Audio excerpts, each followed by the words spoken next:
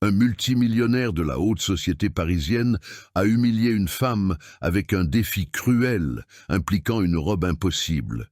Il a ri avec mépris, a jeté de l'argent par terre et l'a rejetée comme si elle n'était rien. 6 mois plus tard, il allait la retrouver transformée d'une manière qu'il n'aurait jamais, même dans ses pires cauchemars, pu imaginer. « Si vous rentrez dans cette robe, je vous épouse !» La voix de Julien de Saint-Clair résonna dans toute la boutique exclusive, faisant taire le murmure élégant des lieux. Élise s'arrêta net alors qu'elle pliait de délicats foulards en soie. Son cœur se mit à battre la chamade, cognant contre ses côtes. Il tenait en l'air une robe rouge, minuscule, une pièce de créateur qui semblait faite pour une poupée. C'était une taille 34.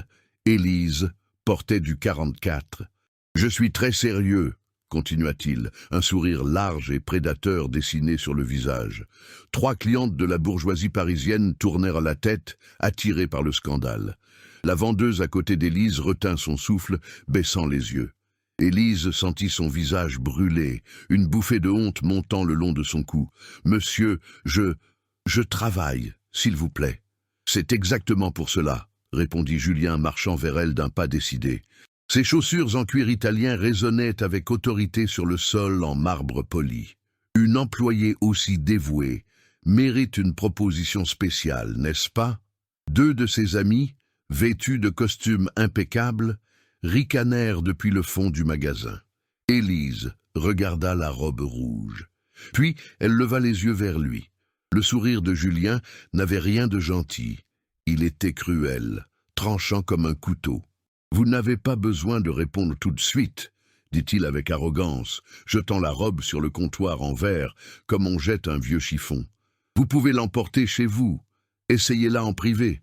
Qui sait, peut-être qu'avec beaucoup d'efforts et un miracle. » La phrase resta suspendue dans l'air, chargée de venin. Les amis de Julien éclatèrent de rire bruyamment, sans se soucier de qui les entendait. Laurent, le directeur de la boutique, observait tout depuis un coin stratégique. Il ne bougea pas un seul muscle. Il ne dit absolument rien pour la défendre. Une cliente mit la main devant sa bouche, cachant un sourire complice et malicieux. Élise prit la robe avec des mains tremblantes, sentant la froideur des regards sur elle. Le tissu était léger, aérien, coûteux, totalement inaccessible pour quelqu'un comme elle. « Merci, monsieur », murmura-t-elle d'une voix si faible qu'on l'entendit à peine. « Merci ?» Julien inclina la tête, savourant le moment. « Alors vous acceptez le défi ?» Silence absolu. Toutes les conversations dans la boutique s'arrêtèrent. 8 paires d'yeux étaient fixés sur Élise, attendant son humiliation. Elle ne savait pas quoi dire. Son corps entier tremblait, comme une feuille au vent. « Je vais l'essayer !» Le rire de Julien remplit l'espace, rebondissant sur les miroirs et les cristaux. C'était un rire fort, sans pitié, chargé de supériorité de classe. Magnifique, je le noterai dans mon agenda. Il se tourna vers ses amis, cherchant leur approbation. Vous êtes mes témoins. Si elle rentre dans cette robe, je l'épouse. Parole de Saint-Clair. D'autres rirent bruyants. Une cliente sortit discrètement son téléphone portable et commença à filmer la scène. Élise serra la robe contre sa poitrine, l'utilisant comme un bouclier inutile. Elle souhaitait disparaître, que le sol de marbre s'ouvre et l'engloutisse. Julien sortit son portefeuille en cuir de crocodile. Il en tira 5 billets de 100 €. Il les jeta par terre, avec mépris, juste aux pieds d'Élise. « Pour que vous ne disiez pas que je ne suis pas généreux avec le petit personnel. » Les billets flottèrent dans l'air quelques secondes avant d'atterrir doucement sur le marbre froid. Élise regarda l'argent éparpillé. Puis elle leva les yeux vers lui, les yeux vitreux. « Vous pouvez les ramasser, » dit-il, faisant un geste nonchalant de la main. « Vous en aurez besoin pour payer la salle de sport. » Ses amis se plièrent en deux de rire, se tapant sur les cuisses comme si c'était la meilleure blague de l'année. Laurent, le directeur, détourna le regard, feignant d'ajuster une cravate. Élise s'agenouilla lentement. Elle ramassa les billets, un par un, sentant l'humiliation lui brûler la peau. Ses doigts tremblaient tellement qu'elle faillit laisser échapper l'un des billets. Julien se retourna pour sortir, satisfait de son spectacle. Il s'arrêta devant la porte vitrée. « Ah, et Élise !» Il regarda par-dessus son épaule, avec ce sourire de requin. « N'oubliez pas de m'inviter au mariage. » La porte vitrée se referma derrière lui. Le son de ses éclats de rire résonnait encore dans l'avenue Montaigne. Élise resta là, agenouillée au centre du magasin, tenant 500 € dans une main et une robe impossible dans l'autre. Comment ce moment d'humiliation totale allait-il se transformer en la plus grande victoire de sa vie? Élise baissa les yeux vers la robe rouge qu'elle tenait entre ses mains. Le tissu soyeux glissa entre ses doigts, rouge. La même couleur que la robe qu'elle portait le jour de son arrivée à Paris. Les souvenirs la frappèrent de plein fouet. 6 mois plus tôt, Élise était descendue du train à la gare de Lyon avec une vieille valise et un contrat de travail précaire. Paris brillait au loin, immense et effrayante. Les toits gris et les monuments touchaient le ciel, défiant ses rêves. « Maman, j'ai réussi !» chuchota-t-elle à la photo usée sur l'écran de son téléphone. L'appartement qu'elle avait trouvé était minuscule, à peine un placard. Une chambre de bonne au 6e, sans ascenseur, toilette sur le palier. Mais c'était à elle, loin de sa province natale, loin des factures qui étouffaient sa famille. Lors de son premier jour à la boutique L'Éclat, Laurent lui fit visiter l'espace avec un air de supériorité. « Tu assisteras les clients, organiseras le stock et nettoieras les cabines d'essayage », lui expliqua-t-il sans la regarder dans les yeux. « Rappelle-toi une chose, ici, seule l'élite de Paris entre. Sois invisible. »« Invisible ?» demanda-t-elle, confuse. « Polie, mais discrète. Il n'aime pas l'attention excessive des gens comme toi. » Élise ne comprit pas l'avertissement sur le moment. Elle le comprit 3 jours plus tard, à la dure. Une cliente du 16e arrondissement entra en demandant de l'aide pour un collier. Élise sourit, prit la pièce avec précaution et commença à expliquer les détails du bijou. « Pourriez-vous appeler quelqu'un avec plus de classe ?» interrompit la femme. La femme scanna Élise de haut en bas avec une grimace de dégoût. « Quelqu'un qui comprenne le vrai luxe !» Les mots furent des lames tranchantes dirigées droit vers sa fierté. Élise appela une autre vendeuse et se cacha dans la réserve pour le reste de la journée. Une semaine plus tard, ce fut pire, bien pire. Un homme en costume gris entra avec sa femme. Élise organisait la vitrine principale. Il s'arrêta, la regarda et se tourna vers sa femme. « C'est impressionnant comme il laisse n'importe quel genre de personne travailler ici maintenant », commenta-t-il à voix haute. L'épouse laissa échapper un petit rire moqueur. Les standards s'effondrent. Chérie. Il parlait en anglais, supposant son ignorance. Il pensait que la fille de province ne comprendrait pas. Mais elle comprit chaque mot, chaque syllabe de mépris. Laurent passa près d'elle plus tard. Il vit les larmes qu'elle essayait de retenir. « Élise, tu dois comprendre une réalité, » lui dit-il en baissant la voix sur un ton faussement paternel. « Cet environnement n'est pas pour tout le monde. Peut-être devrais-tu essayer de t'adapter ou chercher quelque chose de plus adéquat à ton profil. »« Mon profil ?» demanda-t-elle, la voix brisée. « Tu m'as parfaitement compris. » Elle comprit. Elle comprit parfaitement qu'il ne voulait pas d'elle ici. Cette nuit-là, enfermée dans sa chambrette étouffante, Élise se regarda dans le miroir fêlé accroché au mur. Elle vit le corps qu'elle avait toujours eu, le corps qui n'avait jamais été un problème dans son village. Ici, dans ce monde glacé, c'était une condamnation. Elle pensa à abandonner, à faire ses valises et rentrer, admettre la défaite devant tous. Elle ouvrit le tiroir de la petite table de nuit. Elle sortit la dernière lettre que sa mère avait écrite avant de mourir. « Ma fille, tu es plus grande que n'importe quel regard mesquin. Ne laisse pas le monde te faire sentir inférieure. » Élise plia la lettre avec soin, comme si c'était une relique sacrée. Elle la rangea dans le tiroir. Elle ne rentrerait pas. Pas encore. Elle ne pouvait pas décevoir la mémoire de sa mère, mais elle n'avait aucune idée de comment lutter contre un géant. Le bruit d'une porte claquant arracha Élise à ses souvenirs. Elle cligna des yeux, désorientée. Elle était toujours dans la boutique, agenouillée par terre, serrant l'argent et la robe comme des bouées de sauvetage. Laurent s'approcha à pas lents, traînant les pieds. « Élise, lève-toi. Les clients regardent. Tu donnes une mauvaise image. » Elle se leva avec difficulté. Ses jambes semblaient être en gélatine. Une collègue passa à côté d'elle et chuchota sans la regarder. « Tu aurais dû remercier pour l'attention que Monsieur de Saint-Clair t'a accordée. » Élise serra la robe contre sa poitrine jusqu'à ce que ses jointures blanchissent. Les billets froissés dans l'autre main brûlaient. 6 mois à Paris, 6 mois à essayer d'être invisible, 6 mois à avaler sa fierté et les humiliations quotidiennes. Et maintenant ça, la pire de toutes les offenses. Élise ferma la porte de son appartement à double tour.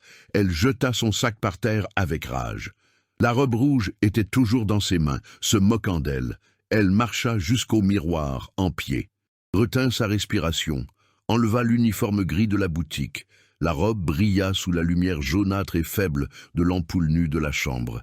Élise tint le vêtement devant elle, chercha la fermeture éclair invisible, l'ouvrit complètement. Elle commença à s'habiller, le cœur dans la gorge, le tissu monta le long de ses jambes, se bloqua violemment sur ses cuisses. Elle tira vers le haut, força le tissu. Rien. Elle réessaya, avec désespoir. L'étoffe s'étira à la limite. On entendit le bruit sec d'un fil qui cassait. « Non, non, non !» gémit-elle. Élise s'arrêta, respira profondément pour se calmer, essaya une autre stratégie. Elle l'enfila par la tête, s'apassa les épaules avec difficulté, descendit jusqu'à la taille, se bloqua irrémédiablement sur les hanches. Elle tira avec force, avec furie. La couture gémissait sous la pression. Un autre fil craqua avec un claquement audible. Élise lâcha la robe comme si elle brûlait. Elle tomba assise sur le lit étroit, se couvrit le visage avec les mains. Les larmes jaillirent, chaudes, amères comme le fiel. 10 minutes plus tard, les yeux gonflés, elle prit son téléphone portable, ouvrit le navigateur avec des doigts maladroits. Coach sportif, Paris tarif. La première page chargea lentement. Elle fit défiler les résultats sur l'écran. 80 € la séance. Forfait minimum, 20 séances. Élise fit le calcul mentalement. 1 600 €, presque 1 mois et demi de son salaire entier. Elle tenta une autre recherche, désespérée. Nutritionniste sportif prix. 100 € la consultation. Suivi mensuel obligatoire. Elle jeta le téléphone sur le lit avec frustration. Elle le reprit quelques secondes plus tard, ouvrit la calculatrice, tapa des chiffres frénétiquement. Salaire moins loyer parisien exorbitant, moins nourriture, moins passe Navigo, moins facture. Il lui restait à peine 150 € par mois. Une séance d'entraînement. Peut-être une consultation nutritionnelle si elle ne mangeait rien d'autre. Mais jamais les deux. Jamais assez. Élise regarda la robe jetée par terre comme un cadavre, puis elle regarda son reflet. Le miroir lui renvoyait l'image d'une femme vaincue, brisée par le système. Il doit y avoir un moyen, chuchota-t-elle à la solitude de sa chambre. La lumière du téléphone clignota avec une notification. Avis de la banque. Solde actuel, 380 €. Prochain prélèvement du loyer, dans 5 jours. Elle éteignit l'écran, sentant le poids du monde. Le lendemain, Élise arriva à la boutique 15 minutes plus tôt que d'habitude. Elle attendit que Laurent arrive pour ouvrir. « Bonjour », força-t-elle un sourire qu'elle ne ressentait pas. « Élise !» Il la regarda à peine, occupée avec les clés. Il déverrouilla la porte vitrée. « Monsieur Laurent, j'ai besoin de vous parler un instant. » « À quel sujet ?» Ils entrèrent dans le local climatisé. Laurent alla directement dans son bureau vitré. Élise le suivit comme une ombre. « Je voudrais faire des heures supplémentaires. » Les mots sortirent précipitamment. « Je peux rester après la fermeture, organiser le stock, nettoyer à fond, tout ce qu'il faut. » Laurent alluma son ordinateur sans lui prêter attention. « Nous n'avons pas de budget pour ça. Mais Élise, notre budget personnel est déjà dépassé. Il n'y a pas d'argent. » Il n'avait toujours pas daigné la regarder en face. « S'il vous plaît, je vous en supplie. » Élise fit un pas en avant, envahissant son espace. « J'en ai vraiment besoin, c'est très important. » Laurent se tourna finalement sur sa chaise. Il retira ses lunettes de lecture. Il nettoya les verres avec le bout de sa chemise immaculée. « Puis-je demander la raison d'une telle urgence ?» Élise hésita une seconde. « Des raisons personnelles. Je comprends. » Il remit ses lunettes, adoptant sa posture de chef. « Écoute, je vais être brutalement honnête avec toi. Les heures supplémentaires ne résoudront pas ton problème de fond. » « Comment ça? Élise, tu n'as pas le profil pour évoluer ici. » Sa voix était calme, mais froide comme la glace. « Les clients VIP génèrent des commissions substantielles. Tu ne sers pas les VIP et tu ne les serviras jamais. » Les mots la frappèrent comme des coups de poing physiques dans l'estomac. « Je peux apprendre, je peux m'améliorer, donnez-moi une chance. » « Ce n'est pas une question de compétences techniques. » Laurent croisa les bras sur le bureau. « C'est une question de présentation visuelle. Cet environnement de luxe exige un certain standard esthétique. Tu me comprends ?» Élise comprit parfaitement. C'était de la discrimination pure et simple. « Alors qu'est-ce que vous suggérez que je fasse? Honnêtement, cherche quelque chose de plus adapté à ton niveau. Il y a des postes dans les supermarchés, la restauration rapide, des endroits où l'apparence n'est pas aussi pertinente pour le business. » Le sang d'Élise bouillit dans ses veines. « Pertinente. Tu m'as compris. » Laurent retourna à son écran, la congédiant. « Si tu as besoin d'une lettre de recommandation, je peux écrire quelque chose de générique. » Ce n'est pas la peine. Élise sortit du bureau avec sa dignité, ne tenant qu'à un fil. Ses jambes tremblaient. Elle passa par la surface de vente. 3 vendeuses arrangeaient les vitrines avec les mannequins. Toutes minces, toutes parfaites, toutes dans le standard. Elle prit son sac dans le casier. Elle courut aux toilettes du personnel. Elle s'enferma dans une cabine. Elle s'assit sur le couvercle des toilettes, respira profondément plusieurs fois pour ne pas hurler. Le téléphone vibra dans sa poche. Message de l'agence immobilière rappelant le loyer. Élise appuya sa tête contre le mur froid carrelé, se sentant le dos au mur. Cette nuit-là, seule dans son appartement, elle resta immobile dans l'obscurité. La lumière orange de la rue filtrait par la petite fenêtre de toit. La robe rouge était accrochée à la porte de l'armoire. Elle brillait même dans la pénombre, provocante. Élise se regarda dans le miroir une fois de plus.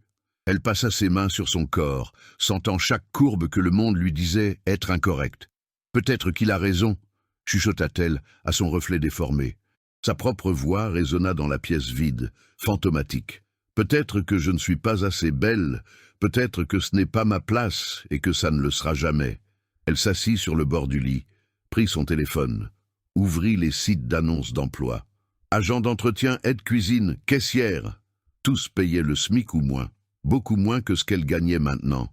Élise jeta le téléphone loin, contre les oreillers. Peut-être que je devrais simplement accepter. Accepter ma place dans la chaîne alimentaire, accepter qu'il y a des choses qui ne sont pas pour les gens comme moi. Les mots lui laissèrent un goût de cendre dans la bouche. Elle s'allongea tout habillée, ferma les yeux avec force, essaya de dormir pour s'échapper. Elle n'y arriva pas. 2 heures plus tard, toujours les yeux ouverts dans l'obscurité, Élise alluma la lumière. Elle alla au tiroir de la commode bon marché.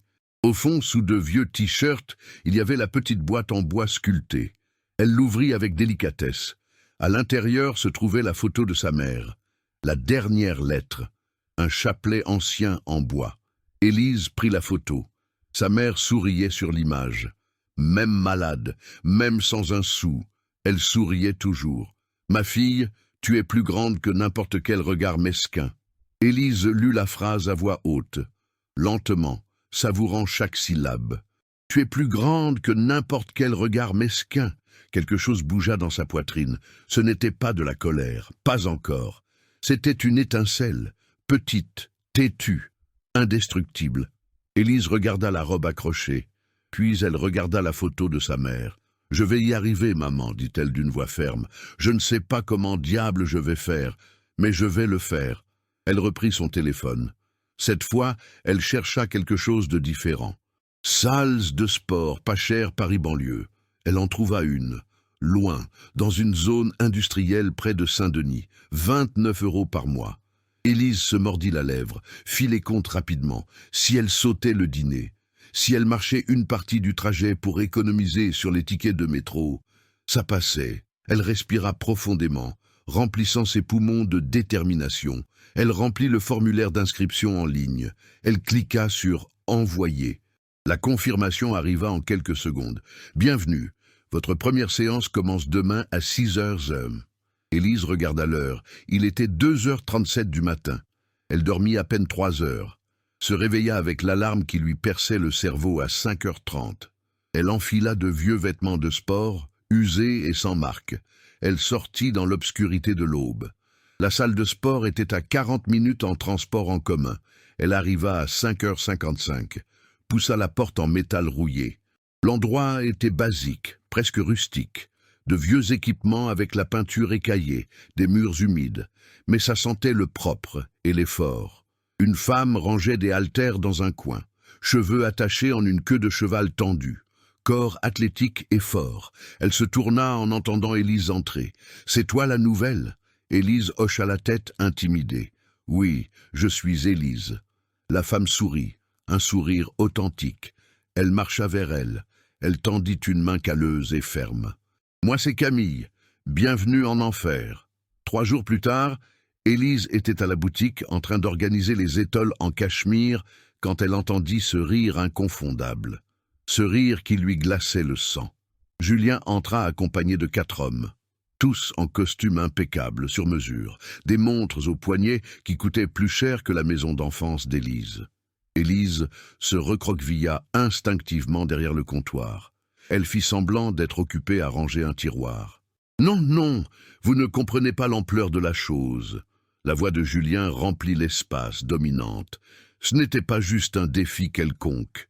Ses amis rirent, célébrant chacune de ses paroles. L'un d'eux lui donna une tape sur l'épaule. « Raconte bien, Julien, depuis le début, nommez aucun détail. » Élise sentit son estomac se nouer. Elle savait exactement ce qui allait arriver. « J'étais ici la semaine dernière. » Julien gesticula dramatiquement comme un acteur sur scène. « Et j'ai vu cet employé là-bas. » Il pointa l'index, directement vers elle. Élise se figea. 4 pères dieux prédateurs se tournèrent vers elle à l'unisson. « J'ai eu une idée de génie. » Julien sourit en montrant toutes ses dents. « J'ai pris la robe la plus petite et la plus serrée du magasin et je lui ai proposé de l'épouser si elle réussissait à rentrer dedans. » Les éclats de rire résonnèrent dans le magasin, vulgaires et cruels. Un homme se plia de rire, presque à bout de souffle. « Tu n'as pas fait ça, mec. »« Je l'ai fait !» Julien applaudit, enchanté par lui-même. « Et vous savez quelle est la meilleure partie ? Elle a pris la robe. Elle l'a emportée chez elle avec tous ses espoirs. » Élise continua à déplacer des choses dans le tiroir sans raison. Ses mains tremblaient tellement qu'elle fit tomber une boîte de boutons en nacre par terre. 2 clientes qui essayaient des sacs de luxe s'arrêtèrent. Elles regardèrent la scène avec une curiosité morbide. L'une chuchota quelque chose à l'oreille de l'autre. Laurent sortit de son bureau. Il vit ce qui se passait. Il rentra lâchement. « Combien tu penses qu'elle pèse ?» demanda l'un des amis à voix haute, sans aucune pudeur. « 90 kilos ? Plus, » répondit un autre, analysant Élise comme si c'était du bétail. « Je parie 100. Moi je dis 95 minimum. » Il pariait devant elle, comme si elle était sourde ou n'avait pas d'âme. Élise se mordit la lèvre avec une telle force qu'elle sentit le goût métallique du sang. L'un des hommes sortit son téléphone dernier cri. Il le pointa vers elle. Clic, flash. « Je l'ai envoyé à ma femme, » dit-il en riant. « Elle va adorer cette histoire. » D'autres rirent cruels. Une vendeuse passa à côté d'Élise. Elle ne la regarda même pas. Elle continua tout droit comme si de rien n'était, complice par son silence. Les 2 clientes reposèrent les sacs. Elles sortirent du magasin rapidement, gênées par la situation d'autrui. Mais d'autres entrèrent, curieux, attirés par le chahut des hommes puissants. « Elle travaille encore ici ?» demanda l'un des amis de Julien. « Je pensais que tu aurais déjà réussi à la faire virer. »« Non, non !» Julien nia du doigt. « Où est le plaisir là-dedans ? C'est mieux qu'elle reste. Chaque fois que je viens faire des achats, j'ai un divertissement garanti. » Le mot « divertissement » coupa Élise comme du verre brisé. Élise ferma le tiroir d'un coup sec. Elle respira profondément. Elle avait besoin de sortir de là avant de s'effondrer. Elle commença à marcher rapidement vers la réserve. « Hé !» La voix de Julien l'arrêta net. « Élise, c'est ton nom, n'est-ce pas ?» Elle se tourna lentement, comme un automate. « Oui, monsieur. » Comment avance le projet de la robe? Il croisa les bras, avec un sourire moqueur. Tu as déjà réussi à fermer la fermeture éclair? Les amis explosèrent de rire à nouveau, célébrant la blague. Élise sentit que toutes les personnes dans la boutique la regardaient. 8, 10 personnes, toutes en attente de sa réponse, jouissant de sa torture. J'essaie, monsieur. Elle essaie. Julien répéta à voix haute pour son public. Vous avez entendu? Elle essaie. D'autres rirent. Une femme qui venait juste d'entrer se couvrit la bouche, riant elle aussi du malheur d'autrui.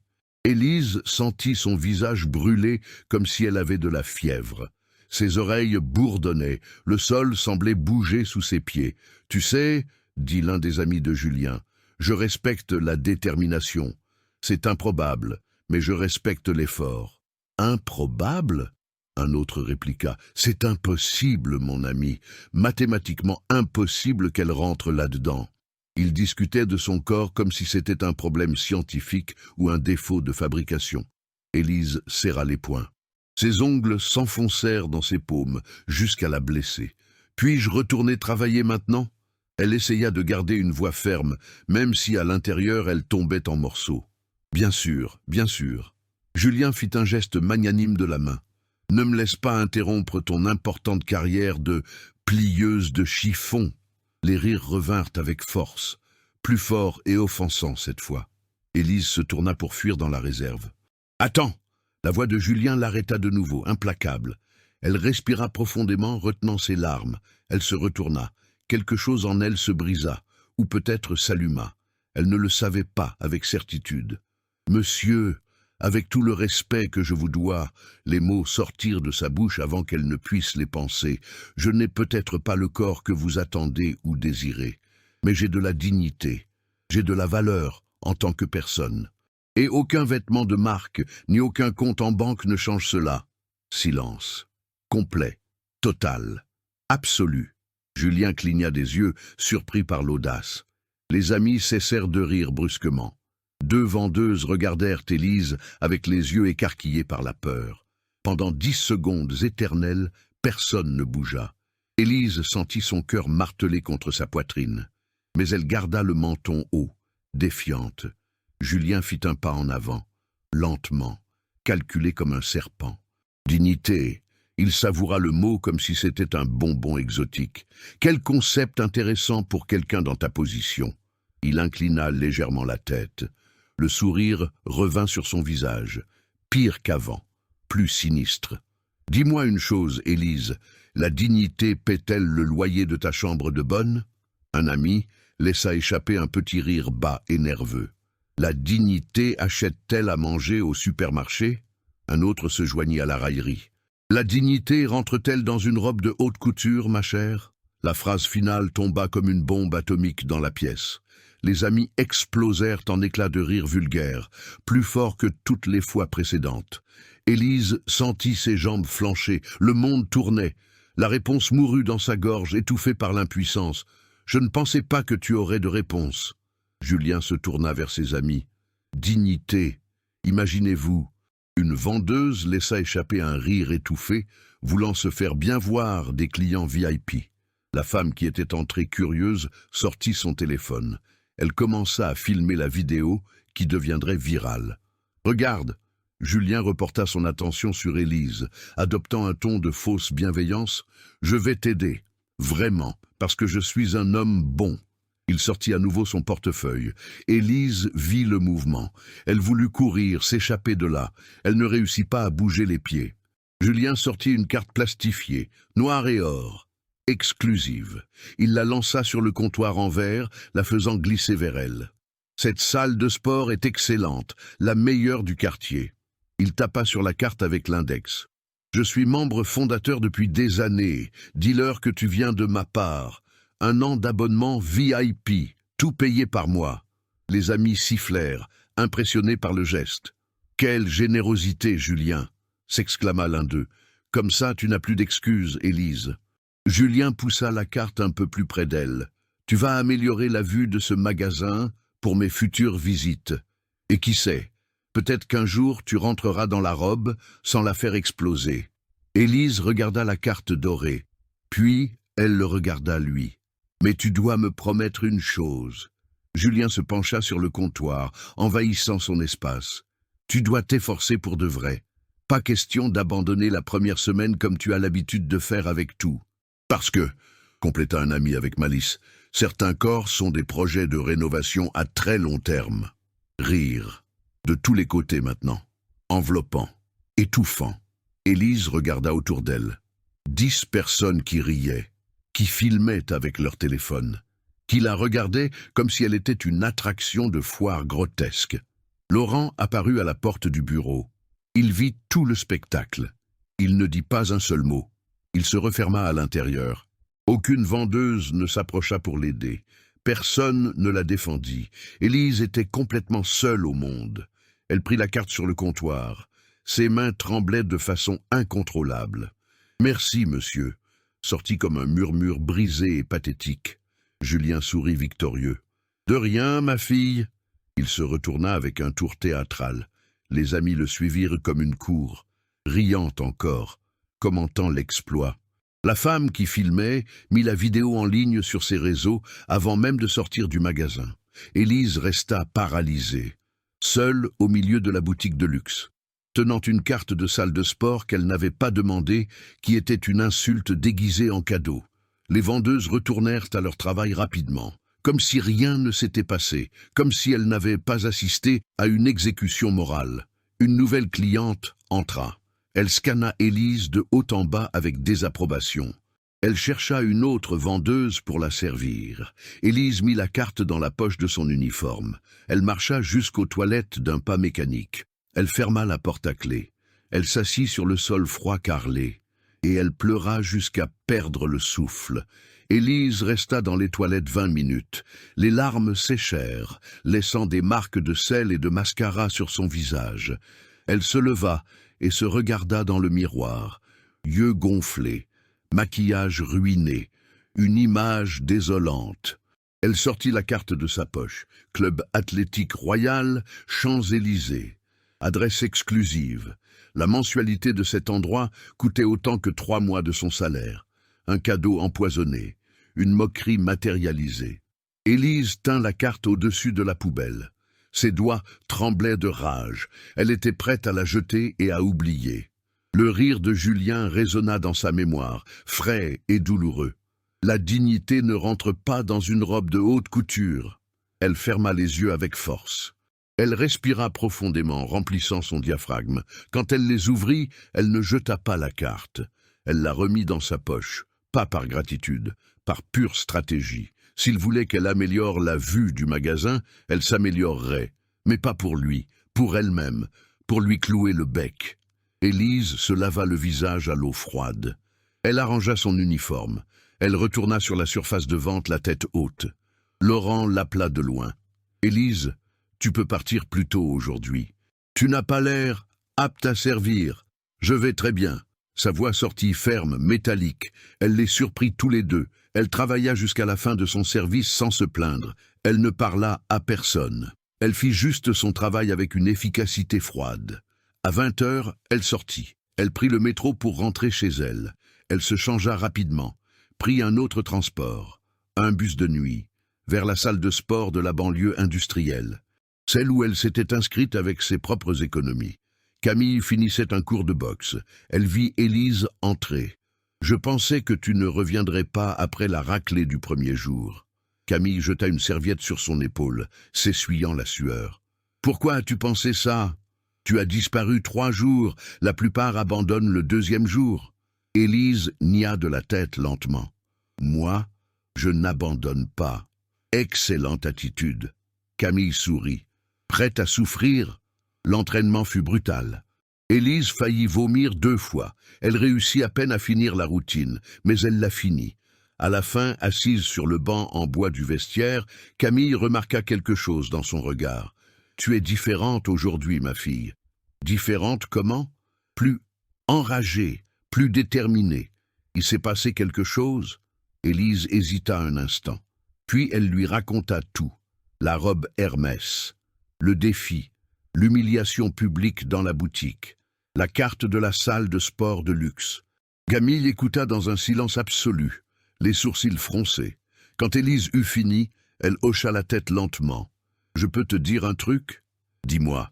Je t'entraîne gratuitement. » Élise cligna des yeux, confuse. « Quoi ? Tu m'aides avec mon anglais. Je t'entraîne. Un échange équitable de compétences. » « Camille, tu n'es pas obligée de faire ça. Ce n'est pas de la charité, gamine. » Camille l'interrompit d'un geste. « J'ai vraiment besoin d'améliorer mon anglais. J'ai une certification internationale dans 6 mois. Si je ne réussis pas l'examen, je perds des opportunités de travail meilleures à l'étranger. » Élise sentit quelque chose se serrer dans sa poitrine. Ce n'était pas de la tristesse, c'était de l'espoir, chaud et lumineux. « Tu es sûr ? » « Totalement. » Camille tendit une main calleuse. « Partenaire ?» Élise la serra avec force. « Partenaire. » Elles restèrent là quelques minutes, dans un silence confortable. Puis Camille parla de nouveau, pensive. « Ce type, le millionnaire, Julien de Saint-Clair, c'est un client régulier de la boutique ? Il vient toutes les semaines ou toutes les 2 semaines. » Camille tapota des doigts sur le banc, manigançant quelque chose. « Alors, il va voir ta transformation, pas à pas, en direct. » Élise n'avait pas pensé à ce détail. « Probablement. Parfait. » Camille sourit, mais c'était un sourire différent, stratégique, dangereux. « Je vais préparer un plan spécial pour toi. » « À quel genre de plan ? » « 6 mois, entraînement de haute performance, diète que je concevrai moi-même. Pas de folie, de la pure science intelligente. » Camille sortit son vieux téléphone. Elle commença à taper des notes rapidement. « Si tu suis ça à la lettre, quand tu mettras cette robe, cet imbécile ne pourra pas fermer sa bouche. » « Camille, je ne sais pas si je suis capable de tenir. »« Tu es capable. » Camille se leva d'un bond. Elle tendit la main à Élise pour l'aider à se lever. « Mais tu dois me faire confiance aveuglément. Et plus important encore, tu dois te faire confiance à toi-même. » Élise prit sa main. Elle se leva, sentant la douleur dans ses muscles. « On commence demain ? On commence maintenant. » Camille lui lança une bouteille d'eau. Première étape, hydratation massive. Deuxième étape, définir l'objectif réel. Rentrer dans la robe ? Non. Camille secoua la tête fermement. Rentrer dans la robe est une conséquence physique. L'objectif réel est que tu te regardes dans le miroir et que tu aimes la femme que tu vois. Le reste, c'est du bonus. Élise sentit que quelque chose changeait radicalement en elle. Ce n'était pas une soif de vengeance bon marché, c'était de la détermination pure, simple, inébranlable. « 6 mois, dit-elle comme un serment. « 6 mois, confirma Camille. Elles sortirent de la salle de sport ensemble. Le ciel pollué de Paris avait une teinte orange et violette. Le soleil se couchait derrière les barres d'immeubles lointaines. Élise regarda vers le haut. Elle respira l'air frais du soir. Pour la première fois depuis des semaines, elle sentit qu'elle pouvait vraiment y arriver. Pas pour lui, pour elle-même. 2 semaines plus tard, Élise et Camille se retrouvèrent à la salle après l'entraînement. Élise avait perdu 3 kilos. Peu pour le monde, mais un gouffre pour elle.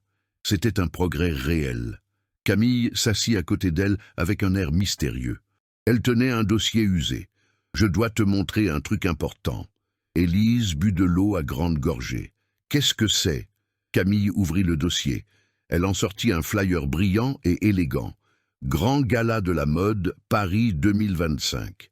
Logo doré et minimaliste. Date. Dans 5 mois et demi. C'est l'événement de mode caritatif le plus important du pays. » Camille pointa les photos du doigt. Toute l'élite de la ville sera là. Entrepreneurs, politiques, célébrités de la télévision. Élise regarda les images avec curiosité. Tapis rouge, robe de créateur, caméras et projecteurs partout. Et quel est le rapport avec moi ? Julien de Saint-Clair organise cet événement chaque année. Camille tourna la page. Il était là. Photo officielle, souriant dans un smoking parfait. C'est l'un des principaux sponsors et hôtes. Élise sentit son estomac se nouer d'un coup. « Camille, où veux-tu en venir avec ça ? C'est la scène parfaite. » Camille referma le dossier d'un coup sec. Elle regarda Élise droit dans les yeux avec intensité. « Il ne s'agit pas seulement de rentrer dans la robe chez toi, il s'agit d'apparaître au bon endroit, au moment exact, devant le monde entier. » « Tu parles d'aller à cet événement ?»« Exactement. Élise secoua la tête incrédule. « Camille, tu es folle. Je n'ai pas d'invitation. Ces billets coûtent des milliers d'euros. Je ne sais même pas si je connais quelqu'un. » Camille l'interrompit avec assurance. « Une couturière, Madame Agnès. Elle travaille dans l'organisation de cet événement depuis des années. Elle habille des mannequins, les femmes des politiques. Et elle me doit une faveur, une très grande. » Camille sourit avec malice. « Je peux lui demander de t'inclure comme l'une de ses modèles pour le défilé caritatif. Tu défiles avec une pièce, tu entres à l'événement, tu croises Julien devant les caméras. » Élise traita l'information lentement. Son cœur commença à s'accélérer. « Mais je n'ai jamais défilé de ma vie. Je suis vendeuse. Tu n'as pas besoin d'être Laetitia Casta. Tu as juste besoin d'être là, avec cette robe rouge sur le dos. » La robe. Toujours cette maudite robe. Élise respira profondément. « Et si je n'arrive pas à maigrir assez pour qu'elle ferme ?» Camille se pencha vers elle, sérieuse. « Élise, écoute-moi bien. Ce n'est pas juste une question de poids ou de taille. C'est une question de transformation complète. Posture, confiance, présence scénique. » Elle serra l'épaule d'Élise avec force. « Et en plus, Madame Agnès est une magicienne. Elle peut ajuster la robe, la personnaliser pour que ton corps paraisse incroyable. Il ne s'agit pas d'être maigre comme un clou, il s'agit d'être inoubliable. » Quelque chose fit clic dans l'esprit d'Élise. Camille avait parfaitement raison. « Tu crois vraiment qu'on peut y arriver ? » ?»« Je ne le crois pas. J'en suis sûr. » Camille tendit la main. « Tu me fais confiance ?»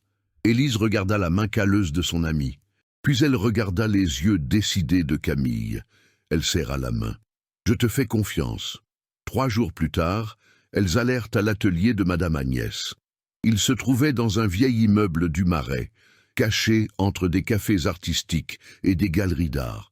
Madame Agnès les reçut à la porte, une femme d'une 50aine d'années, élégante, avec des cheveux gris coiffés impeccablement et des yeux qui ne perdaient pas une miette. « Camille, ma chérie ?» Elles s'embrassèrent avec affection. « Ça fait longtemps, trop longtemps. » Camille désigna Élise. « Elle, c'est Élise, l'amie dont je t'ai parlé au téléphone. » Madame Agnès examina Élise de haut en bas. Ce n'était pas un jugement cruel comme celui de la boutique. C'était une analyse professionnelle, clinique. « Tu as apporté la robe ?» Élise ouvrit son sac avec précaution. Elle sortit la robe rouge, pliée dans du papier de soie. Madame Agnès la prit, la déplia avec révérence, analysa les coutures, la doublure, le tombé. « C'est une Hermès originale !» Elle siffla doucement, impressionnée. « Collection limitée d'il y a 2 saisons. Cette pièce coûte au moins 15 000 euros. » Élise déglutit difficilement. Elle n'avait aucune idée de la valeur réelle. « Je peux travailler avec ça. » Madame Agnès accrocha la robe sur un portant proche. « Mais j'ai besoin de comprendre une chose d'abord. Pourquoi cette robe spécifiquement? Quelle est l'histoire ?» Élise lui raconta tout. Ce fut bref, direct, sans drames inutiles. Madame Agnès écouta en silence, hochant légèrement la tête. Quand Élise eut fini, la femme serra les lèvres. « Julien de Saint-Clair. » Elle cracha le nom avec dégoût. « Je connais cette famille et cet homme depuis une décennie. J'ai vu comment il traite les serveurs, ses chauffeurs, mes couturières. » Madame Agnès regarda Élise avec complicité. « Ce sera un plaisir immense de t'aider à remettre ce goujat à sa place. » Élise sentit une chaleur réconfortante dans sa poitrine. Une autre alliée dans son armée. « De quoi avez-vous besoin de moi, madame ?» demanda Élise. « Tu vas t'entraîner avec Camille comme une bête. Perds ce que tu peux perdre de façon saine. Mais ce n'est pas mon focus. » Madame Agnès prit un mètre ruban jaune. « Je vais prendre tes mesures aujourd'hui, dans 1 mois à nouveau, puis toutes les 2 semaines. J'ajusterai la structure interne de la robe progressivement. Le jour de l'événement, elle tira comme un gant fait sur mesure. Tu seras éblouissante. » Elle commença à mesurer avec rapidité. Taille, hanche, buste. Elle notait des chiffres sur un carnet en cuir. « Et concernant l'invitation à l'événement ?»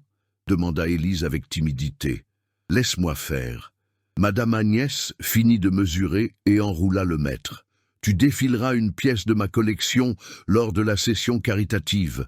Tous les mannequins restent pour la vente aux enchères et le cocktail qui suit. Julien reste toujours jusqu'à ce qu'ils éteignent les lumières pour se faire voir. Il me verra. Il te verra. Madame Agnès sourit avec certitude. Et il ne pourra pas croire ce que ses yeux verront. Les mois suivants furent les plus durs et les plus disciplinés de la vie d'Élise. Elle se réveillait à 5 heures du matin religieusement. Elle s'entraînait 1 heure intense avec Camille. Elle allait travailler à la boutique en supportant Laurent. Elle revenait le soir pour une autre séance de cardio. La diète était rigoureuse, sans écart, mais Camille était ferme. Pas de jeûne, de la vraie nourriture, nutritive, du carburant pour le corps, l'intelligence avant le sacrifice absurde. Julien apparut à la boutique 3 fois durant ces longs mois, toujours entouré de sa suite, toujours en faisant des commentaires acides. Mais Élise remarqua un changement subtil. Il commença à la regarder différemment. Encore avec mépris, oui. Mais il y avait autre chose. De la curiosité, du doute. Elle avait perdu 15 kilos. Son corps avait changé de forme. Elle n'était pas squelettique comme les mannequins des magazines, mais elle était tonique, ferme. Elle irradiait la force. Lors de sa 3e visite, l'un des amis commenta « Ton employée a l'air différente, non ?» Julien la regarda par-dessus ses lunettes de soleil. Analysa. « Un peu, peut-être ?» Élise feignit de ne pas entendre, maintenant sa posture. Elle continua à travailler la tête haute. Quand il sortit, elle sourit intérieurement. Le plan fonctionnait. À 2 semaines exactes de l'événement, Élise alla à l'atelier du Marais. Madame Agnès avait la robe prête sur un mannequin. Et c'est là, c'est l'heure de vérité. Élise entra dans la cabine avec le cœur battant. Elle enleva ses vêtements, prit la robe rouge. Elle la fit glisser par la tête. Elle descendit doucement sur les épaules, passa la taille, caressa les hanches. Elle remonta la fermeture éclair dans le dos. Elle monta complètement, sans effort. Élise se regarda dans le miroir triptyque. Elle ne reconnut pas la femme qui la regardait depuis la glace. La robe tombait parfaitement, comme si elle était née avec elle sur le dos. Elle épousait ses courbes avec élégance, valorisait sa silhouette transformée. Elle sortit de la cabine lentement. Camille attendait assise sur un canapé. Quand elle la vit, elle porta ses mains à sa bouche, émue. « Élise !»« Mon Dieu !» Madame Agnès sourit satisfaite, croisant les bras. « Parfait, simplement parfait. » Élise se regarda dans le grand miroir de l'atelier. Elle fit un tour lent. Les larmes lui montèrent aux yeux, mais elles étaient différentes de celles de cette nuit dans les toilettes. Ce n'étaient pas des larmes de douleur, c'étaient des larmes de victoire pure. « On a réussi !» chuchota-t-elle la voix brisée. « Pas encore. » Madame Agnès leva un doigt en avertissement. « Il manque l'événement. » La cerise sur le gâteau. Elle prit le téléphone du bureau, composa un numéro, mit le haut-parleur. « Allô ?» Une voix masculine répondit de l'autre côté. « Alexandre, c'est moi, Agnès. »« Alexandre, comment vas-tu, ma chère ?»« Bien. Écoute, j'ai besoin de confirmer une information urgente. Élise Costa est-elle sur la liste officielle des mannequins pour le défilé ?» Pause tendue. Bruit de touche d'ordinateur. « Laisse-moi vérifier le système. Élise Costa, oui, la voilà. Confirmé. Mannequin numéro 17. » Élise relâcha l'air qu'elle retenait dans ses poumons. « Parfait, merci mon cher. » Madame Agnès raccrocha. Elle regarda Élise avec fierté. « C'est fait, tu es dedans, pas de retour en arrière. » Camille serra Élise avec force. Madame Agnès se joignit à l'étreinte. Les 3 femmes restèrent là, unies, alliées, guerrières, modernes. 2 jours avant l'événement, le téléphone de Madame Agnès sonna. Elle répondit tout en ajustant un ourlet. Son expression s'assombrit immédiatement. « Quoi ? Quand est-ce arrivé ?» Élise et Camille, qui aidaient à l'atelier, échangèrent des regards de panique. Madame Agnès raccrocha le téléphone lentement. Elle resta immobile. « Qu'est-ce qui s'est passé ?» demanda Camille, craignant le pire. « Alexandre vient d'être remplacé. » Madame Agnès s'assit lourdement sur une chaise. Julien a découvert d'une manière ou d'une autre qu'il a mis Élise sur la liste. Je ne sais pas comment il l'a su. Il a mis un autre organisateur de sa confiance à sa place. Élise sentit le sol se dérober sous ses pieds. Mon nom a été effacé. Alexandre ne le sait pas avec certitude. Le nouvel organisateur révise et épure toute la liste. Silence sépulcral dans l'atelier. 5 mois de sueur et de larmes. Sur le point de s'effondrer à la dernière seconde. Élise ferma les yeux. Elle respira profondément, cherchant le calme dans la tempête. Y a-t-il un autre moyen d'entrer? Madame Agnès réfléchit, se massant la tempe. Il y en a, mais c'est extrêmement risqué. Dites-le-moi. Tu peux y aller comme accompagnatrice de quelqu'un. Les invitations VIP platine permettent un accompagnateur sans poser de questions. Qui connaissons-nous avec une invitation VIP platine? Demanda Camille, réaliste. Madame Agnès se mordit la lèvre, hésitant. Je connais quelqu'un, un vieux client, très puissant. Mais il me demandera la faveur en retour plus tard, et ce sera une grande faveur. Élise n'hésita pas une microseconde. Je paierai tout ce qui est nécessaire, avec du travail, avec n'importe quoi. Madame Agnès reprit le téléphone, fit l'appel, négocia à voix basse. 10 minutes plus tard, elle raccrocha. C'est réglé, tu entreras comme accompagnatrice de Maître Moreau. Élise sentit ses jambes flancher de soulagement. Elle s'assit. C'est maintenant ou jamais, dit Camille avec sérieux. Élise regarda les 2 femmes, ses anges gardiens, ses amis. Alors faisons en sorte que chaque seconde en vaille la peine. La nuit précédant l'événement, Élise dormit à peine 3 heures. Elle se réveilla à 4 heures du matin. Pas de nervosité, de pure anticipation électrique. Camille arriva à 6 heures pile. Elle portait une grande valise à roulettes. J'ai amené une maquilleuse amie à moi. C'est la meilleure. Elle va te rendre impeccable. La maquilleuse travailla sur son visage pendant 2 heures. Fond de teint haute couvrance, contouring pour affiner les traits, yeux marqués et dramatiques, rouge à lèvres, rouge sang, la même teinte exacte que la robe. Pendant ce temps, Camille répétait l'attitude avec Élise. Dos droit toujours, menton levé, défiant. Tu n'entres pas dans un événement social, tu envahis un territoire ennemi et tu le conquiers. Élise répéta la démarche. 10 fois, 20, 30 fois dans le couloir.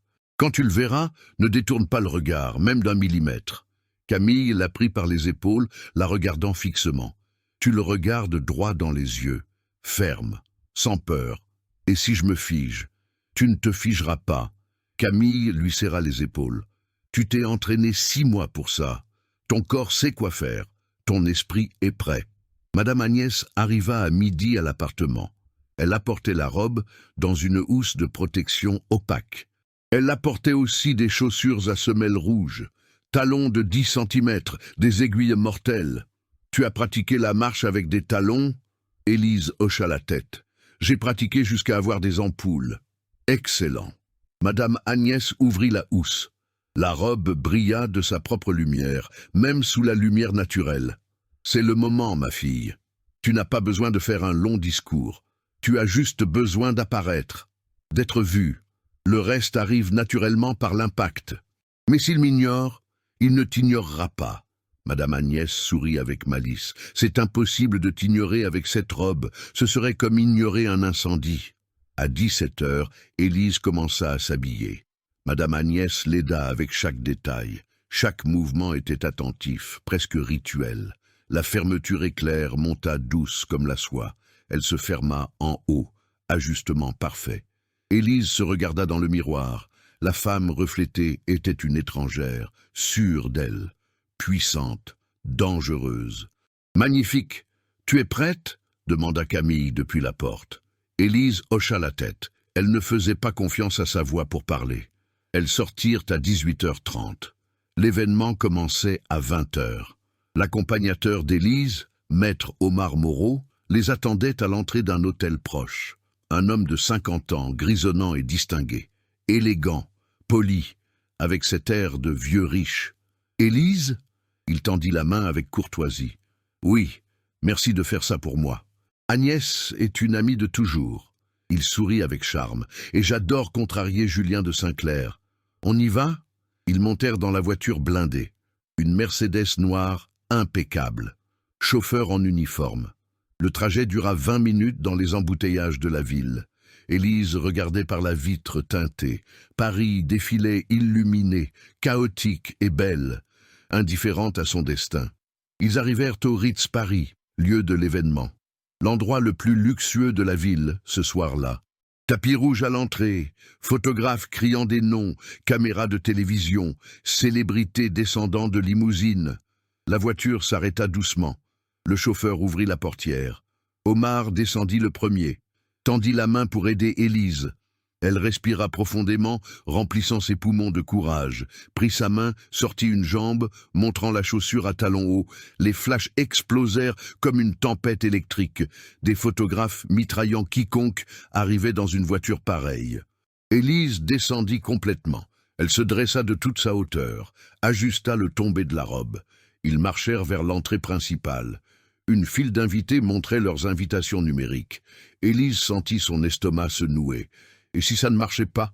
Et si le nom d'Omar avait aussi été interdit? Ils arrivèrent devant le chef de la sécurité, un homme énorme en costume noir et oreillette, tablette en main. « Non, s'il vous plaît, Omar Moreau !» La sécurité vérifia sur la liste. Prit du temps, fit glisser le doigt sur l'écran, fronça les sourcils. « Maître, il y a une observation ici dans le système. » Élise cessa de respirer une seconde. « Quel genre d'observation ?»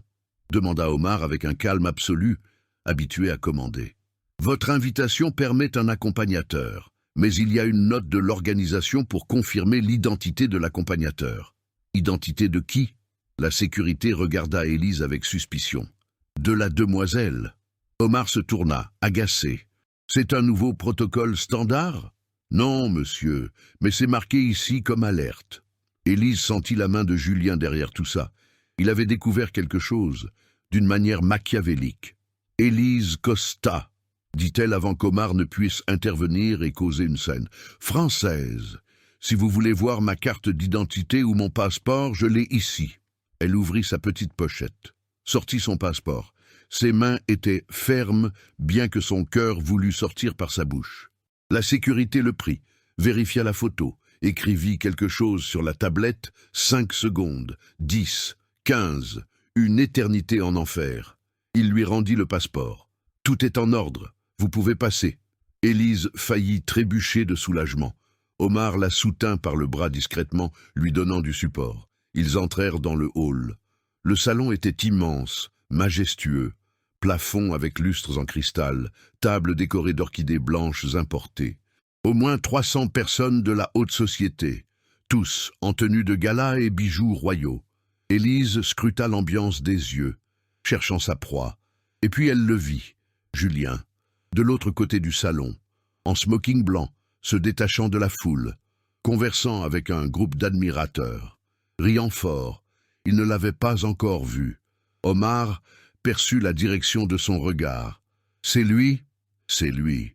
Tu veux aller saluer maintenant ?» Élise secoua la tête doucement. « Pas encore. J'attendrai le moment parfait. » Intelligente. Omar la guida vers une table latérale réservée. « Je vais chercher des coupes de champagne. Tu es bien ici ?»« Je suis bien. » Il s'éloigna vers le bar. Élise resta là, seule, au milieu de centaines d'étrangers puissants, portant la robe qui pendant des mois avait semblé être un fantasme impossible. Elle respira profondément, rejeta les épaules en arrière.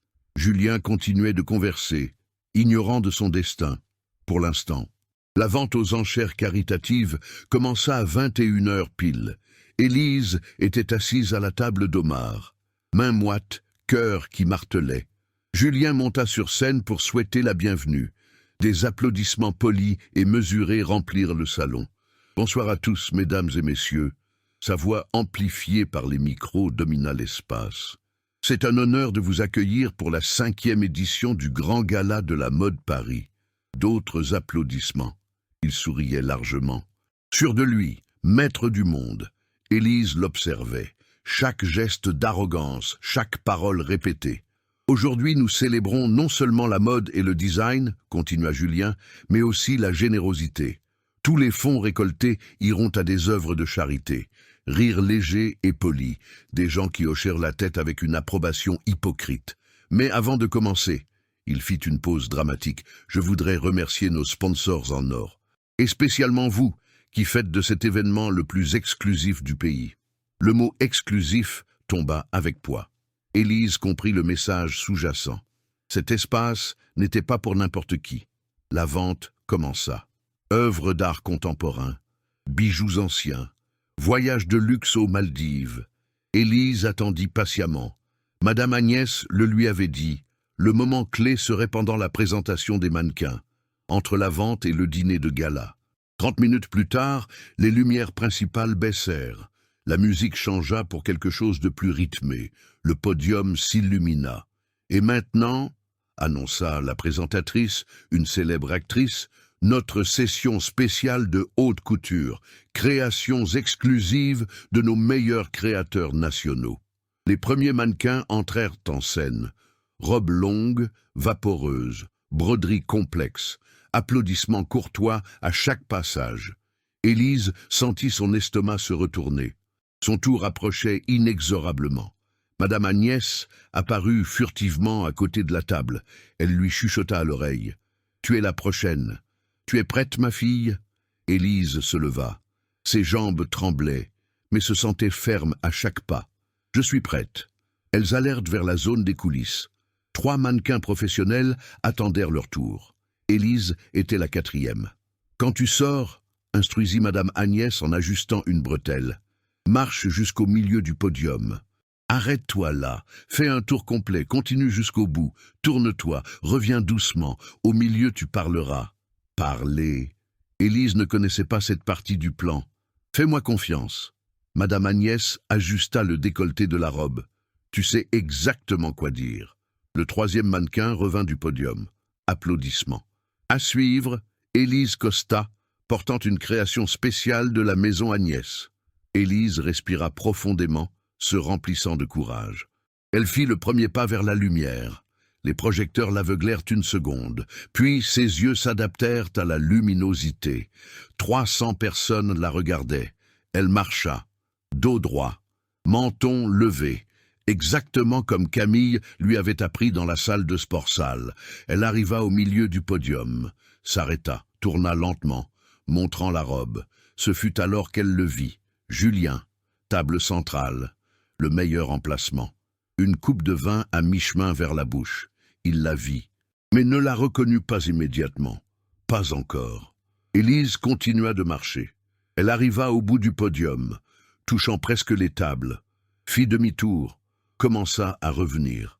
Au milieu du trajet, elle s'arrêta de nouveau. Cette fois, elle ne tourna pas. Elle regarda droit dans les yeux de Julien, et parla. « Il y a 6 mois !» La voix d'Élise sortit claire et puissante du micro que Madame Agnès avait caché dans le décolleté de la robe. « Un homme dans ce même salon m'a fait une proposition. » Le salon tomba dans un silence absolu. La musique de fond s'arrêta brusquement, tous les yeux braqués sur elle. Julien posa la coupe sur la table, lentement. Son sourire vacilla. « Il m'a proposé de m'épouser, » continua Élise d'une voix ferme. « Si je réussissais à rentrer dans une robe spécifique. » Des murmures commencèrent à surgir. Les gens regardaient autour d'eux, essayant de comprendre si cela faisait partie du spectacle. « Cette robe !» Élise passa ses mains sur le tissu rouge qui moulait son corps. « Exactement celle que je porte maintenant. » Julien remua, mal à l'aise sur sa chaise. La reconnaissance traversa son visage comme un éclair d'horreur. À cette époque, je ne rentrais pas dedans. Élise fit quelques pas dominant la scène. J'étais différente, plus lourde, hors du standard que cet homme considérait acceptable pour un être humain. D'autres murmurent. Le bruit grandissait. Les gens commençaient à relier les poings. Une femme à la 3e table leva la main d'un coup. « Je sais qui c'est, j'y étais !» Les têtes se tournèrent vers elle. C'était Juliette, une socialite connue qui fréquentait la boutique. « J'ai tout vu !» continua Juliette, se levant, enchantée par le drame. « Dans la boutique, l'éclat, il a humilié cette fille devant nous tous. Il a jeté de l'argent par terre, il lui a ordonné de le ramasser. » Le salon explosa en chuchotements scandalisés. Julien devint pâle comme un linge. « C'est faux !» cria-t-il se levant. Sa voix sonna trop fort, défensive. « Cette femme invente des histoires pour attirer l'attention et gagner en notoriété. » Élise ne détourna pas le regard, même d'1 millimètre. « J'invente ? Oui, gesticula Julien, nerveux. Je ne vous ai jamais vu de ma vie. Alors comment savez-vous que je parle de vous, monsieur de Saint-Clair? Élise inclina la tête avec ironie. Silence. Julien se rendit compte de son erreur fatale. Je n'ai pas dit que c'était moi. Ce n'était pas nécessaire. Élise fit 2 pas de plus vers le bord. Maintenant, elle était plus proche de sa table, le regardant de haut. Mais puisque vous vous êtes identifié tout seul, clarifions les choses. Elle regarda le public, connectant avec l'auditoire. Je m'appelle Élise Costa. Je travaille à la boutique L'Éclat. Le 15 avril, monsieur Julien de Saint-Clair est entré avec 4 amis. Il a pris une robe taille 34. Il m'a proposé de m'épouser si je rentrais dedans. Il a ri quand j'ai accepté d'essayer. Il a jeté 500 € par terre. Il a dit que j'en aurais besoin pour payer la salle de sport. Chaque mot tombait comme une bombe à fragmentation sur la réputation de Julien. Une autre voix s'éleva. Un homme en costume gris à une table proche. J'y étais aussi. Il a pris une photo d'elle. Il l'a envoyée sur le groupe WhatsApp du Golf Club. J'ai encore le message dans l'historique. Julien se tourna vers l'homme avec fureur. « Ferme ta gueule, Laurent !» utilisant un nom d'ami générique ici. Mais c'était trop tard. D'autres personnes commencèrent à parler. « J'ai vu la vidéo qui est devenue virale sur TikTok, » dit une jeune femme. « C'était horrible. »« Il y avait une vidéo ?» demanda une autre dame indignée. « Oui, elle montrait tout. Elle a été effacée après mystérieusement. » Élise laissa les gens parler. Elle n'avait pas besoin d'en dire plus. La vérité se répandait comme un feu de forêt. Julien essaya de nouveau, désespéré. C'était un malentendu, une blague privée entre amis. « Une blague ?» Élise répondit enfin, tranchante. « Vous m'avez humilié en public. Vous m'avez offert 1 an de salle de sport, comme si mon corps était un défaut de fabrication nécessitant réparation. Vous avez dit que la dignité ne rentrait pas dans une robe de créateur. » Juliette applaudit depuis sa table. « C'est exactement ce qu'il a dit. Je l'ai entendu clairement. » D'autres témoins confirmèrent. 3, 4, 5 personnes de la haute société. Les photographes de l'événement commencèrent à mitrailler leurs flashs vers Julien. Les journalistes prenaient des notes furieusement sur leurs tablettes. Julien leva les mains, demandant le calme. « Écoutez, j'ai peut-être été un peu insensible ce jour-là, mais elle exagère tout. » « J'exagère ?» Élise fit un autre pas. Maintenant, elle était à 3 mètres de lui, imposante. « Alors, faisons comme ça. Vous m'avez proposé de m'épouser si je rentrais dans cette robe. Me voici, dans la robe, parfaitement ajustée. » Elle fit un tour lent. La robe brillait sous les projecteurs, impeccable. Alors, Élise tendit la main vers lui, paume ouverte. « Acceptez-vous de m'épouser? Maintenant, devant tous vos associés et amis, comme promis. » Le salon entier retint son souffle. Personne ne sciait. Julien devint rouge de rage et de honte. Il ouvrait et fermait la bouche comme un poisson hors de l'eau, sans voix. « Non !» Élise baissa la main lentement. « Alors admettez que n'a jamais été une proposition sérieuse, que c'était juste de la cruauté gratuite pour le divertissement. » Silence mortel. Julien regarda autour de lui. Tout le monde attendait sa réaction. Caméra braquée droit sur son visage en sueur. Il n'avait pas d'issue. Il était dos au mur. Le silence dura 5 secondes éternelles. Puis une femme commença à applaudir, lentement, fort. C'était Juliette. Une autre se joignit. Puis une autre. En 10 secondes, la moitié du salon applaudissait debout. Julien leva les mains, furieux. « Arrêtez! C'est ridicule! C'est un coup monté !» Mais personne n'arrêta. Les applaudissements crurent comme une vague. D'autres personnes se levèrent. Un homme à la barbe grisonnante cria du fond. « Réponds à la question, Julien. Tu te maries ou pas ?» Rire. Pas d'humiliation pour Élise cette fois. De moquerie et de mépris envers lui. La présentatrice de l'événement regardait entre Élise et Julien, ne sachant que faire du script. L'ami qui avait confirmé l'histoire se leva de sa table. « Julien, tu as dépassé les bornes cette fois. Ferme ta gueule !» Julien lui grogna dessus, perdant son sang-froid. Mais l'ami continua. « Il fait ça tout le temps. Il humilie les employés, les chauffeurs, quiconque qu'il considère inférieur. Je l'ai vu 1000 fois. » Une autre voix se joignit. Une jeune femme en robe dorée. Il m'a fait pire. Quand j'étais hôtesse dans un restaurant l'année dernière, il m'a offert de l'argent pour sortir avec lui. Quand j'ai refusé, il a essayé de me faire virer. Élise regarda la femme. Elle ne la connaissait pas, mais elle parlait, courageuse. D'autres personnes commencèrent à partager leurs expériences. Histoires similaires, humiliations, abus de pouvoir systématiques. Le barrage céda et l'eau sortit incontenable. Julien essaya de fuir. Il sortit de derrière la table, commença à marcher vers la sortie latérale. Monsieur de Saint-Clair. La voix vint de la scène principale, autoritaire. Tout le monde se tourna.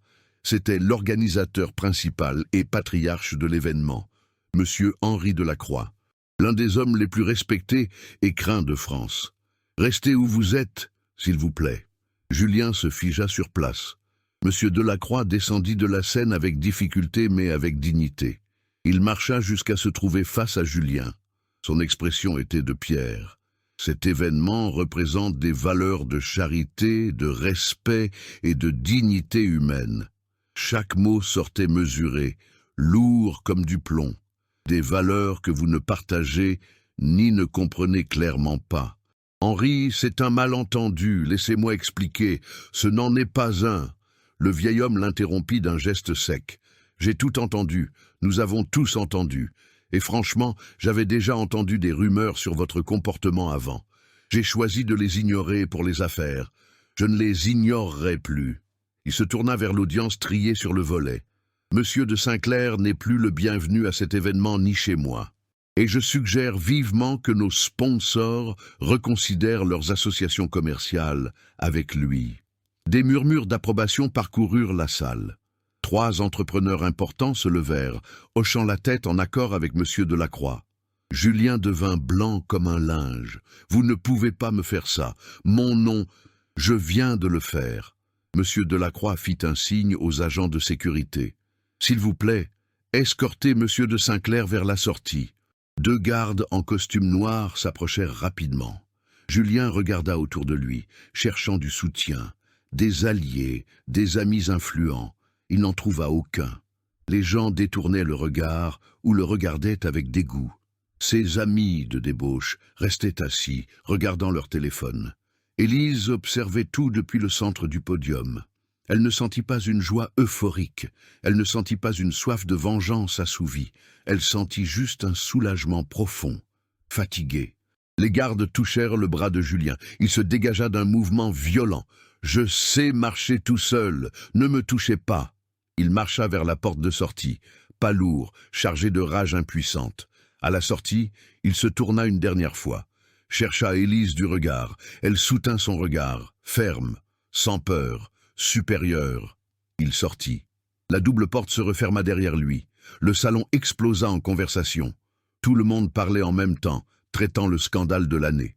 Élise resta immobile sur le podium. Ses jambes commencèrent à trembler maintenant que l'adrénaline redescendait. Madame Agnès monta en courant sur la scène. « Viens, ma fille, on te sort d'ici. » Mais avant qu'Élise ne puisse bouger, Monsieur Delacroix s'approcha du podium. « Mademoiselle Costa ?» Élise se tourna. « Oui, monsieur. Je voudrais vous présenter des excuses personnelles. » Il fit une légère révérence, chose inouïe pour un homme de sa position. « Au nom de cet événement et de cette société, ce que vous avez vécu est inacceptable et honteux pour nous. Merci, monsieur. Et aussi, continua-t-il, sortant quelque chose de sa poche, je voudrais vous offrir quelque chose de tangible. Nous avons une initiative de bourse de capital d'amorçage pour les nouveaux entrepreneurs. Si vous avez un intérêt à lancer votre propre entreprise, nous aimerions vous soutenir. » Élise cligna des yeux, abasourdie. Elle ne s'attendait absolument pas à ça. Je ne sais pas quoi dire, monsieur Delacroix.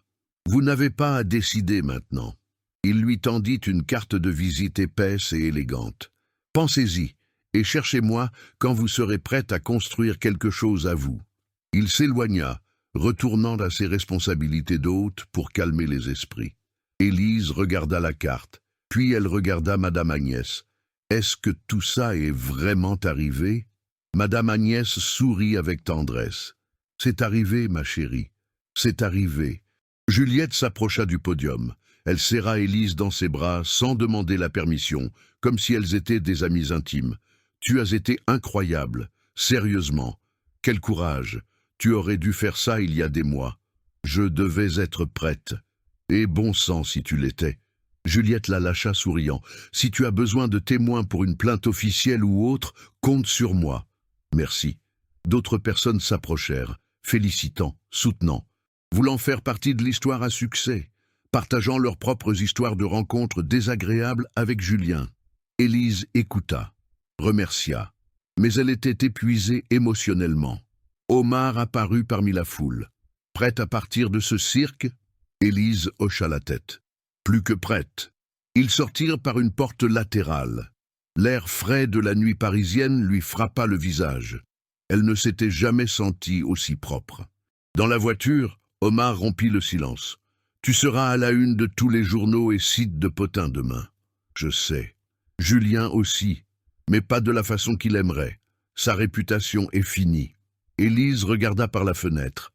La ville défilait illuminée, belle à sa façon, mais elle semblait différente maintenant, moins hostile, moins inaccessible. « Qu'est-ce que tu vas faire maintenant, Élise ?» demanda Omar. « Je ne sais pas. » Élise respira profondément, sentant la liberté. « Dormir d'abord. Après, je découvrirai le reste. » Il rit doucement. « Juste. » La voiture s'arrêta devant son vieil immeuble. Élise descendit, remercia Omar profondément, monta les escaliers en béton. Camille l'attendait sur le pas de la porte de son appartement. Elle avait tout suivi via un direct que quelqu'un avait fait sur Instagram. Elles s'étreignirent, fort, longtemps, une étreinte qui disait tout sans mots. « On a réussi, connasse !» chuchota Camille d'une voix rauque. « On a réussi !» répéta Élise. Dans l'appartement, Élise enleva les chaussures tueuses. Ses pieds pulsaient de douleur. Elle enleva la robe avec un soin extrême, l'accrocha à la porte de l'armoire. Elle la regarda un long moment en silence. Il ne s'agissait plus de la robe. Il ne s'était jamais agi du tissu ou de la marque, en réalité. Il s'agissait de se prouver à elle-même qu'elle était capable de tout, qu'elle avait une valeur intrinsèque, qu'aucun commentaire mesquin ni regard hautain ne pouvait définir qui elle était. Élise prit son téléphone. 17 nouveaux messages. Elle n'en ouvrit aucun. Elle s'allongea sur son lit, ferma les yeux. Pour la première fois en 6 mois, elle dormit sans cauchemar d'humiliation. Le lendemain matin, elle se réveilla avec le téléphone qui sonnait avec insistance.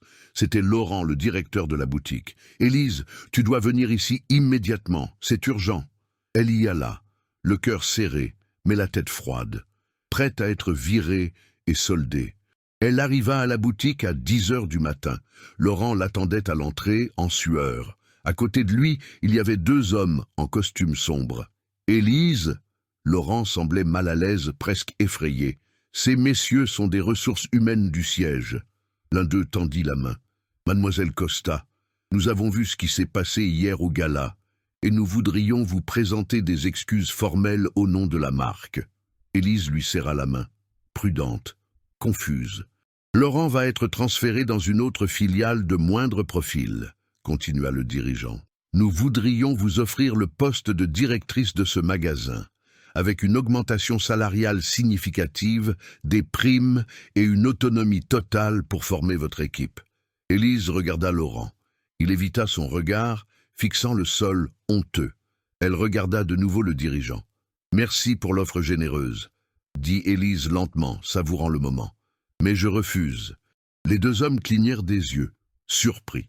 Personne ne refusait ce poste. « J'ai d'autres projets, » continua-t-elle. Et elle sourit, un sourire de vraie liberté. Élise sortit de la boutique pour la dernière fois. Elle ne regarda pas en arrière. Elle n'en avait pas besoin. Camille l'attendait de l'autre côté de l'avenue Montaigne. « Et alors ? » ?»« J'ai démissionné. »« Sérieux ?» Élise hocha la tête. « J'ai de meilleurs plans. » Elles marchèrent jusqu'à un café proche, s'assirent en terrasse. Élise commanda un café crème. Camille, un jus d'orange. « Alors ?» Camille se pencha sur la table. « Quels sont ces plans mystérieux ?» Élise sortit la carte de Monsieur Delacroix de son sac. « Il m'a offert une bourse pour entrepreneur. Je vais l'accepter. » « Pour faire quoi ?» Une boutique, mais différente de toutes celles d'ici. Élise remua son café avec la petite cuillère. Vêtements pour tous les corps, toutes les tailles. Attention respectueuse et humaine. Zéro humiliation. Camille sourit, comprenant la vision. Tu auras besoin d'associés. Je pensais justement à ça. Élise regarda son amie avec affection. Toi et Madame Agnès, vous en êtes? Tu es sérieuse? Complètement. Tu t'occupes de la partie bien-être, image corporelle positive et santé. Madame Agnès crée les pièces et les collections. Moi, je gère l'affaire. Camille tendit la main au-dessus de la table. J'en suis. Élise la serra. Ferme. Forte. 3 mois plus tard, la boutique Élise & Co ouvrit ses portes. Dans un quartier moderne et accessible de Paris. Espace ample, lumineux, éclairage chaud. Grande cabine confortable, vrai miroir qui ne déformait pas l'image. Le jour de l'inauguration, 50 personnes se présentèrent. Clientes, curieux, quelques journalistes lifestyle. Une femme entra timide, regardant le sol. Elle regardait autour d'elle nerveusement, comme s'attendant à une réprimande.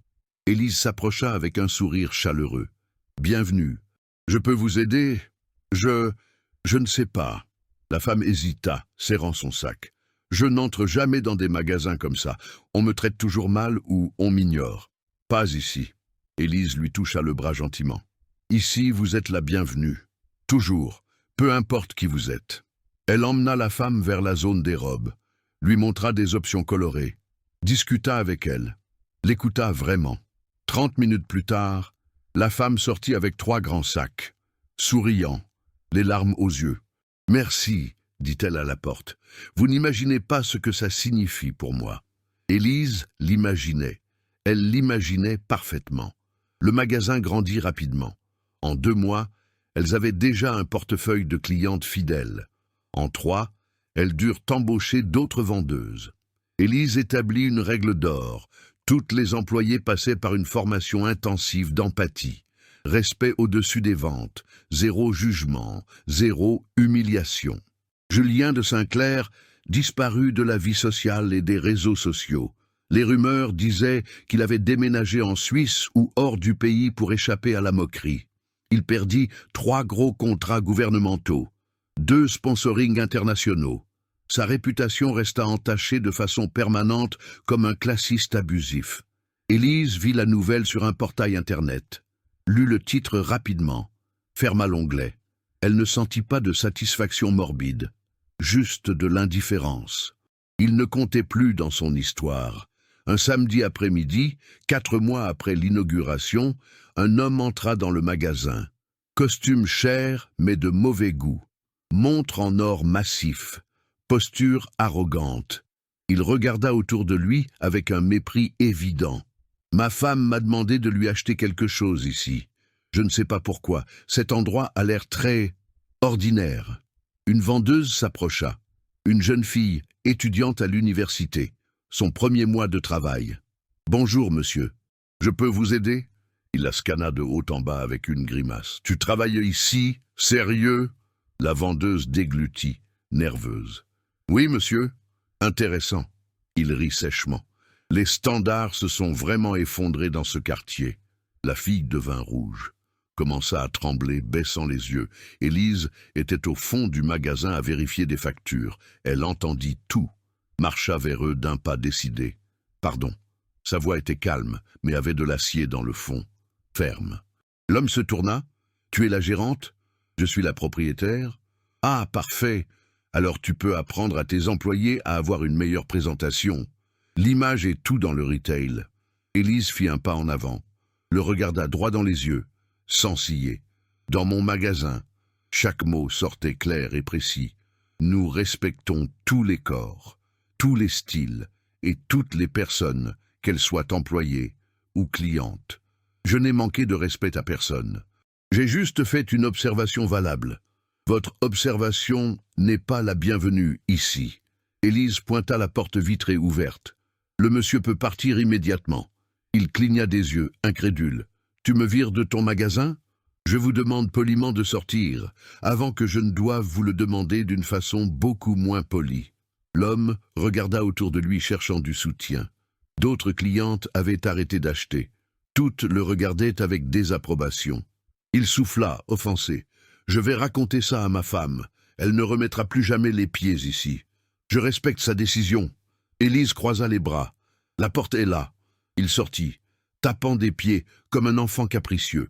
Le magasin resta silencieux une seconde. Puis une cliente commença à applaudir. D'autres se joignirent. La jeune vendeuse s'approcha d'Élise, les yeux pleins de larmes. « Merci, chef. Tu n'as pas à me remercier. » Élise lui serra l'épaule avec affection. « Ici, personne ne mérite d'être traité comme ça. Personne. Plus jamais. » La vendeuse hocha la tête, s'essuya les yeux du revers de la main, retourna à son travail avec un nouveau sourire, plus sûr, sur le visage. Élise observa son magasin. Clientes conversant avec animation avec les vendeuses, femmes sortant des cabines en riant, souriant, se sentant à l'aise dans leur propre peau. C'était l'endroit qu'elle avait rêvé lors de ces nuits sombres. Elle ne l'a pas construit par vengeance. Elle ne l'a pas fait par colère. Elle l'a fait pour que personne d'autre ne doive ressentir ce qu'elle a ressenti ce jour terrible dans la boutique de luxe. Personne d'autre ne serait humilié pour ne pas rentrer dans un standard impossible et cruel. Le soir, en fermant le rideau du magasin, Camille commenta en rangeant les clés « Tu as vu comment tu as géré ce type aujourd'hui ? Ferme, sans hésiter une seule seconde. » « J'ai vu. » Élise sourit fatiguée mais heureuse. « Il y a 6 mois, je n'aurais même pas réussi à le regarder dans les yeux. Il y a 6 mois, tu étais une autre personne, mon ami. » « Non. » Élise secoua la tête doucement. « Il y a 6 mois, j'étais la même personne. C'est juste que je ne le savais pas encore. J'avais besoin de me réveiller. » Elles sortirent ensemble dans la rue. Paris brillait sous les lumières nocturnes, vibrantes. La ville qui un jour sembla un monstre hostile était maintenant sa maison. Pas parce qu'elle avait changé pour rentrer dans ses moules, mais parce qu'elle avait changé ce que signifiait rentrer dedans. Si cette histoire de transformation, de courage et de dignité t'a touché le cœur d'une façon ou d'une autre, laisse ton j'aime ci-dessous. C'est la façon la plus simple et directe de me montrer que des histoires humaines comme celle-ci ont du sens pour toi et que je suis sur la bonne voie. Maintenant, raconte-moi dans les commentaires, depuis quelle ville ou quel pays tu me regardes en ce moment. Ça peut être de n'importe quel endroit de France ou du monde. Je lis tous les commentaires, vraiment. Et je fais un effort pour répondre à ceux qui participent et partagent un petit bout de leur histoire avec moi. Si tu crois au pouvoir des histoires vraies, qui inspirent, qui montrent des revirements impossibles et des transformations véritables, abonne-toi à la chaîne dès maintenant. Nous sommes à peine au début de ce grand voyage ensemble, et chaque nouvelle personne qui s'abonne me donne la force et la certitude que je dois continuer à apporter ces récits pour vous. Je compte beaucoup sur toi sur ce chemin. Et ne pars pas encore, j'ai laissé 2 histoires incroyables à l'écran pour que tu choisisses et continues à regarder. Clique sur l'une d'elles et continue avec moi. On se retrouve dans la prochaine vidéo.